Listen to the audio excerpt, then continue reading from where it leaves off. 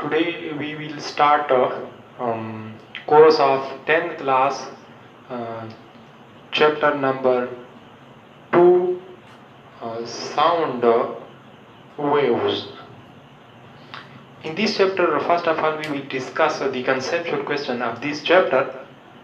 So, question number 10 says that why is it so quiet after a snowfall? Why is it so quiet after a snowfall? इस question में ये कहता है कि जब snowfall होता है, बर्फबारी होती है, तो वहाँ पर खामोशी होती है, खामोशी छाई होती है। ऐसा क्यों होता है?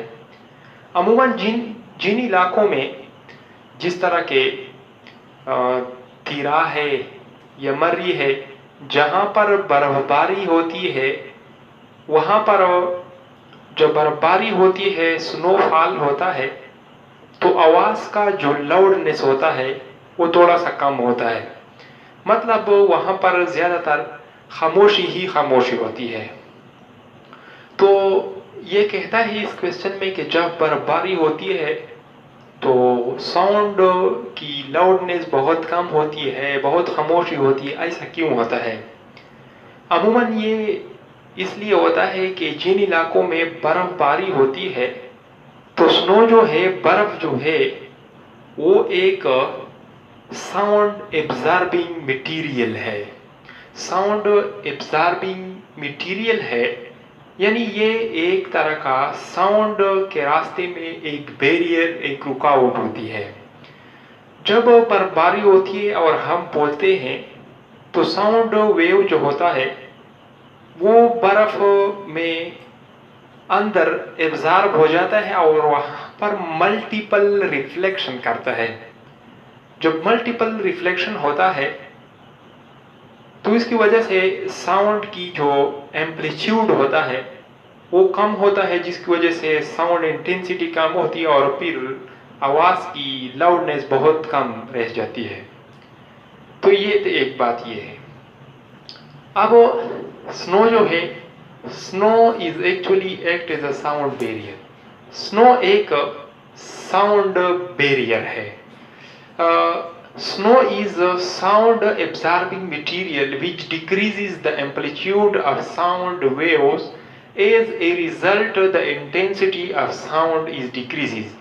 इसका मतलब ये है कि फॉर एग्जाम्पल ये हमारे पास साउंड वेव्स के लिए एक ग्राफ में बना रहा हूँ जो कि एम्पलीट्यूड को शो कर रहा है। ये साउंड वेव्स की एम्पलीट्यूड है। लेकिन जब साउंड वेव्स स्नो में इंटर हो जाता है तो फिर उस वक्त साउंड वेव्स की जो इंटेंसिटी, एम्पलीट्यूड है, वो इस तरह नहीं रहती है, फिर वो डिक्रीज हो जाती है। तो फिर हमारे पास ग्राफ जो है वो कुछ यू बन जाता है। पहले एम्पलीट्यूड ज़्यादा होता है, फिर इस तरह या आहिस्ता कम होता जाता है और इस तरह साउंड की लाउडनेस जो है वो कम हो जाती है। एक बात ये है, फॉर एग्जाम्पल ये एक स्नो सरफेस है, ये एक स्नो सरफेस है, स्नो। अब जब यहाँ पर साउंड वेव्स इसमें इंटर हो जाता है, फॉर एग्जाम्पल ये साउंड वेव्स है, तो इसमें स्नो सरफेस के अंदर फिर बहुत रिफ्लेक्शन हो जाती है, मल्टीपल रिफ्लेक्शन हो जाता है।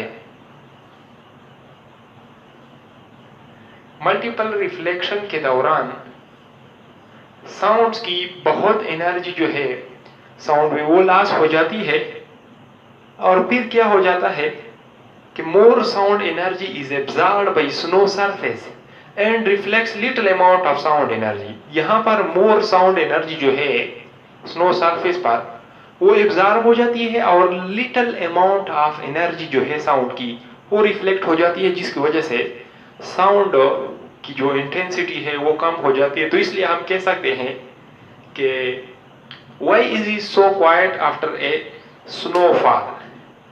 चूंकि बर्फ का एक पोरस नेचर होता है, due to porous nature of snow, sound waves enter into its surface and make multiple reflections, due to which a considerable amount of sound energy is absorbed. Thus there is so quiet after snowfall. जब बर्फबारी होती है तो इसलिए खामोशी भी होती है। जिस तरह के फाइबर्स होते हैं, जिन रूम्स में फाइबर्स होते हैं या फोम्स होते हैं, वहां पर आवाज जो होता है, साउंड जो होता है, वो एब्जॉर्ब हो जाता है।